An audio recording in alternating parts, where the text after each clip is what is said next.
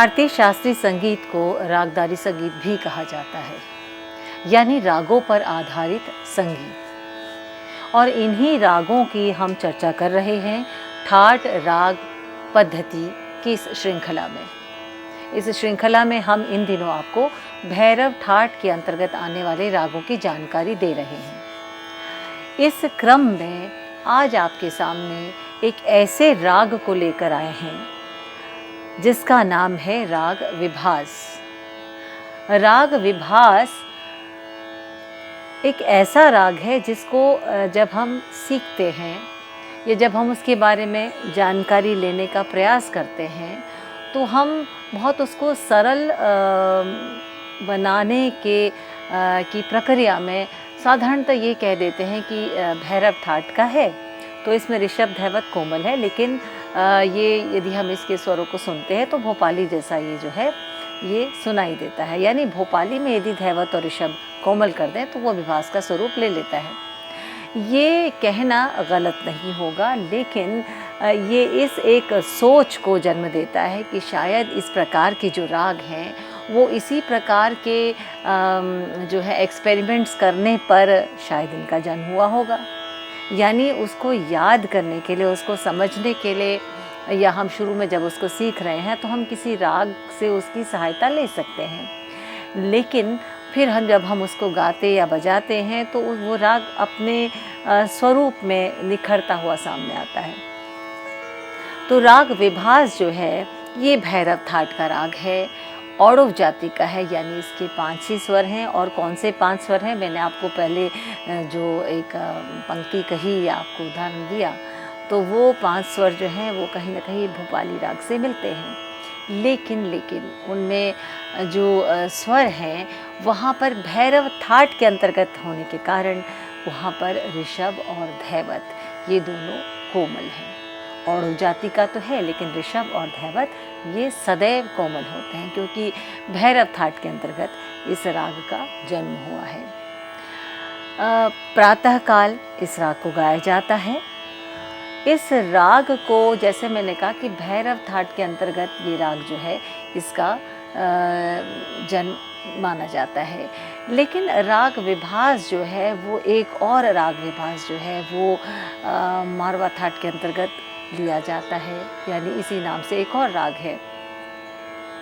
परंतु उसमें अंतर ये है कि मारवा ठाट के अंतर्गत आने वाला विभास जो है उसमें धैवत जो है वो शुद्ध होगा, क्योंकि मारवा ठाट ऋषभ कोमल और तो है, लेकिन धैवत जो है वो शुद्ध होगा।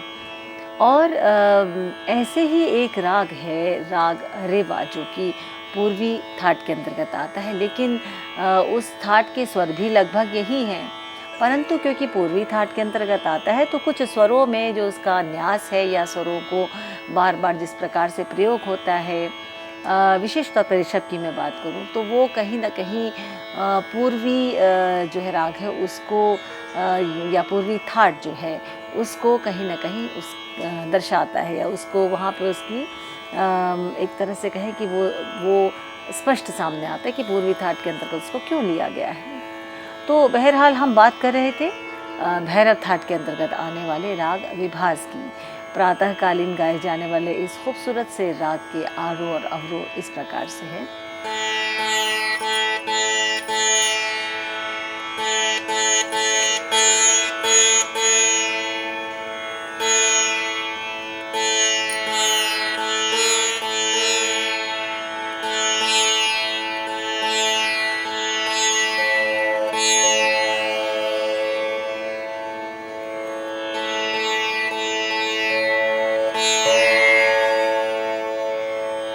गायन को आरंभ करने से पहले इन 4 तारों को मिलाना बहुत आवश्यक है, क्योंकि यही तो वो एक रेल की पटरी की तरह है जिस पर कि हमारी जो संगीत की यात्रा जो है वो चलती है।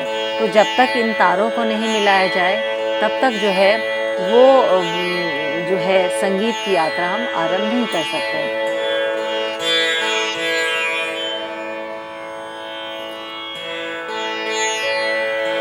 ये एक आज के समय में हम कहें तो तानपुरा जो है वो इलेक्ट्रॉनिक माध्यम से अवेलेबल है। तानपुरा आजकल आपके मोबाइल पे तानपुरा है, आप जिस राग को चाहें उस राग को उसमें आप दबा दीजिए और वो राग के जो है उसी प्रकार से स्वर जो है सुर मंडल में आते हैं।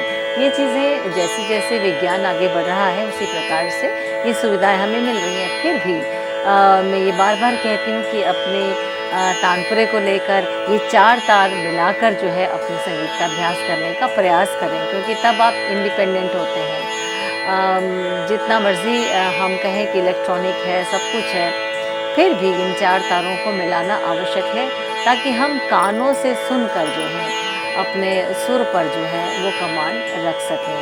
दूसरी बात मैं ये भी कहूँगी कि जब वाद्य संगीत की बात करते तो वाद्य संगीत में वाद्यों को मिलाया जाता है। सितार है, सरोद है, सारंगी है, संतूर है, इन सब में ये तंत्री वाद्य जो है इनमें बाकायदा जो तंत्री जो है वो मिलाई जाती है। तो कान इस प्रकार के अभ्यस्त हो जाते हैं जिससे कि स्वरों को जो है उस तारों पर जो है मिलाया जा सके। तो यही चीज़ गायक के लिए भी लागू होती है कि वो अपने गायन के समय ज़रूर की सहायता के रूप में ले सकते हैं इलेक्ट्रॉनिक माध्यम को या किसी अन्य माध्यम को, लेकिन फिर भी कोशिश कीजिए कि मैनुअल तानपुरा लेके जो है आप अपना अभ्यास करें। आरोह राग विभास का सा रे गा पा धा सा सा धा पा गा पा ग रे सा। देखिए ऑड हो जाती है तो 5 ही स्वर यानी षडभ, षडज, ऋषभ, गांधार, पंचम और धैवत, इन 5 स्वरों से ही ये राग बना है। और देखिए 5 स्वर तो हम जब एकदम शुरू करते हैं कि 5 स्वर औड़क जाति के राग कौन से, तो सबसे पहले भोपाली आता है। तो भोपाली में ऋषभ और धैवत शुद्ध हो जाएंगे और विभास में ऋषभ और धैवत कोमल हो जाएंगे। ये कुछ ऐसी बातें मैं आपको बीच बीच में कोशिश करती हूँ बताने की, जिससे कि आपको बहुत एक सहज हो सके, आप समझ सके और आपको राग को याद करने में आपको मुश्किलात ना हो। फिर से एक बार आ रहा हूँ, सा रे गा पा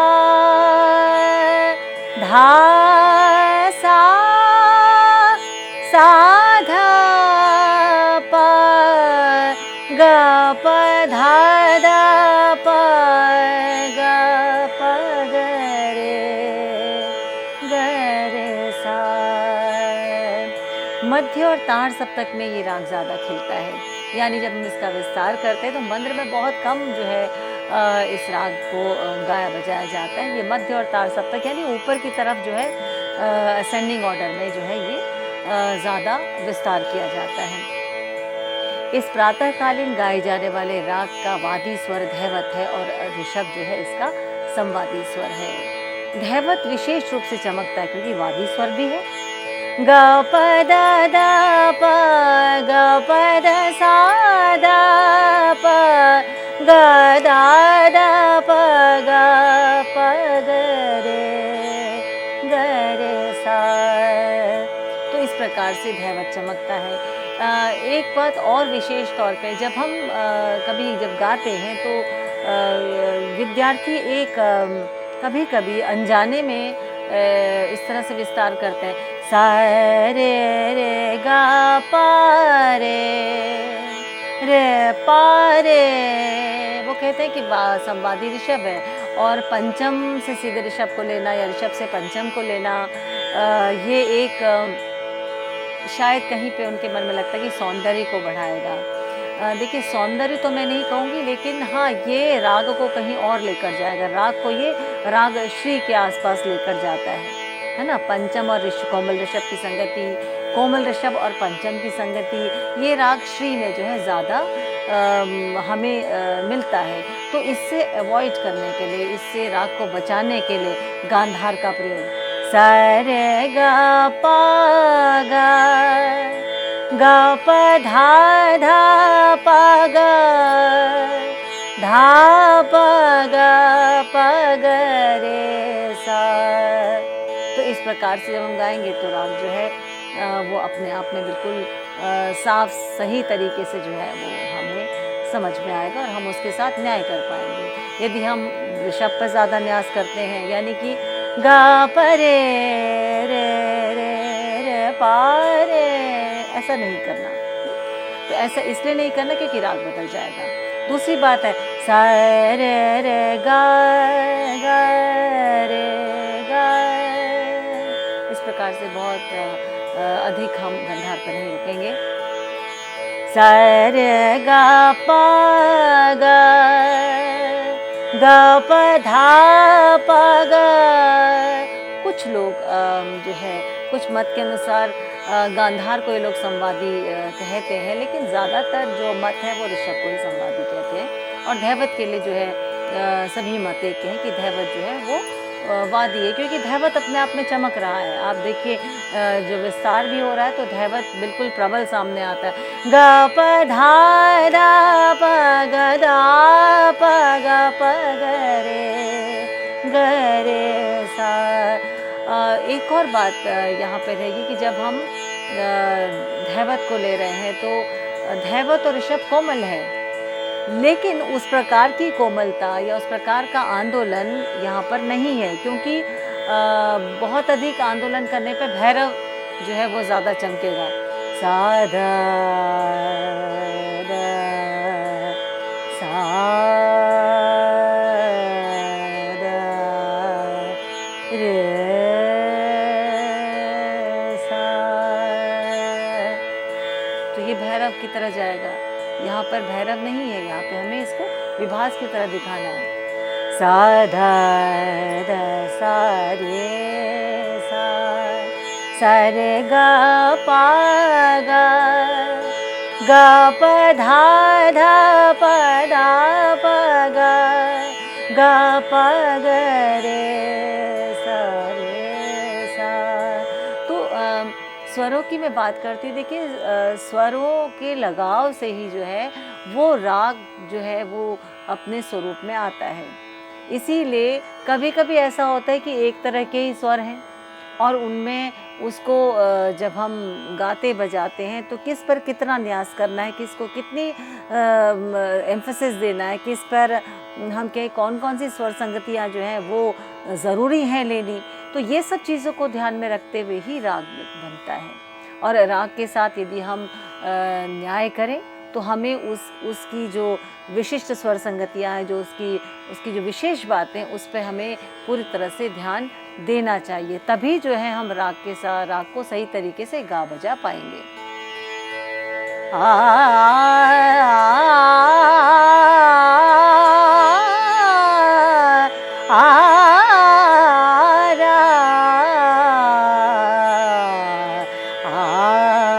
जैसे मैंने बोला मंद्र में ज़्यादा इसका विस्तार नहीं है, तो बंदिशें भी आप देखिए कि अधिकतर मध्य और तार सप्तक में गाई जाती हैं। तो एक बंदिश जो है बहुत खूबसूरत बंदिश है जिसमें कि इस राग की विशेषता यानी इस राग के बारे में पूरा बताया गया है कि राग कैसा है। इसको हम एक तरह से लक्षण गीत भी कह सकते हैं, क्योंकि थोड़े बहुत लक्षण इसमें बताए गए। इसके बोल हैं राग विभास मधुर माया मालव सुर प्रात समय समुचित गावत सब गुनिवर। देखिए अपने आप में राग विभास मधुर है, मधुर राग है। माया मालव सुर यानी कि माया मालव गौड़ जो है भैरव को ही कहा जाता है कर्नाटक संगीत में। तो माया मालव यानी कि वो जो भैरव के ही तो सुर हैं इसमें। प्रात समय समुचित, इसका जो समुचित समय जो उचित समय माना गया वो प्रातः काल है। और उस समय गावत सब गुनिवर, जितने भी गुणीजन हैं उसको प्रातः काल ही गाते हैं। मणि सुर वर्जित कर रिध संवाद, यानी कि मध्यम और निषाद को वर्जित किया जाता है, उसको यूज ही नहीं किया जाता, उसको छोड़ा जाता है, तभी तो अड़ब जाती होगी। और रिध संवाद रे और ध का संवाद है। रुचिर पंचम न्यास कहा था, पंचम पर न्यास करना बहुत रुचिकर लगता है, बहुत सुंदर लगता है। कहत शास्त्र प्रमाण चतुर, ऐसा ही चतुर यानी चतुर पंडित जो है पंडित भातखंडे का ही उपनाम था। चतुर पंडित के नाम से उनकी बंदिशें भी मिलती हैं। तो इस बंदिश को, क्योंकि ये बंदिश क्रमिक पुस्तक मालिका में दी गई और चतुर उपनाम यहाँ पे मिलता है। तो ये ऐसा माना जाता है कि पंडित भातखंडे द्वारा ही रचित ये बंदिश है, ऐसा शास्त्र में प्रमाण मिलता है, ये पंडित भातखंडे जी कहते हैं। सूल ताल 10 मात्रा की ताल है। देखिए सूल ताल जो है, जैसे ध्रुपद धमार ये सब गाए जाते थे, उसमें चौताल या है धमार ताल, इस पर सूल ताल भी उसमें बजाई जाती। तो पखावज में बजाई जाने वाली इस ताल को तबले पे कैसे 10 मात्रा की ताल है, देखिए धा धा दिन ता इत धा इत कत गदि दिन धा धा दिन ता इत धा इत कत गदि दिन धा। तो इस प्रकार से जो है ये 5 विभाग होते हैं, जिसमें कि सभी में 2-2 मात्राएं होती हैं और इसके बोल मैंने आपको जैसे बता दिया है। तो इस ताल में निबद्ध ये बंदिश जो है, ये इसको लक्षण गीत भी कह सकते हैं, जो कि राग के बारे में पूरा आपको पूरी जानकारी दे रही है। आना राग विभास मधुर राग विभास मधुर माया मालव सुर माया मालव सुर प्रात समय समुचित प्रात समय समुचित गावत सब गुणे वर गावत सब गुणे वर धा प प ग प ग रे सा सा राग विभास मधुर रे रे ग प ग रे सा सा माया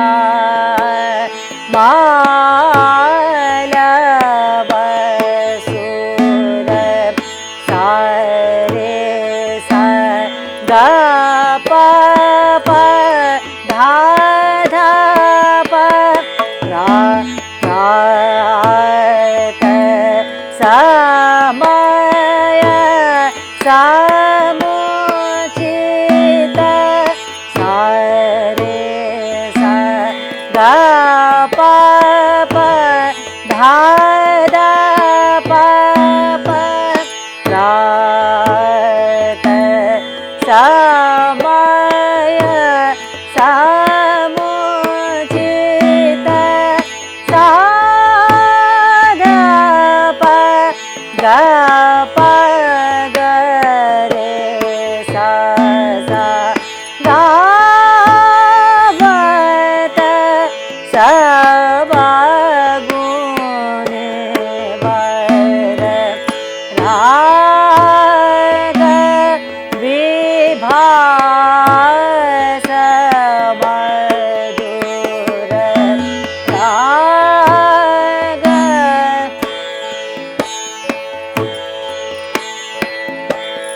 अंतरा पा प र र सा सा सा सा रे सा मणि सुर पराजित कार मन सुर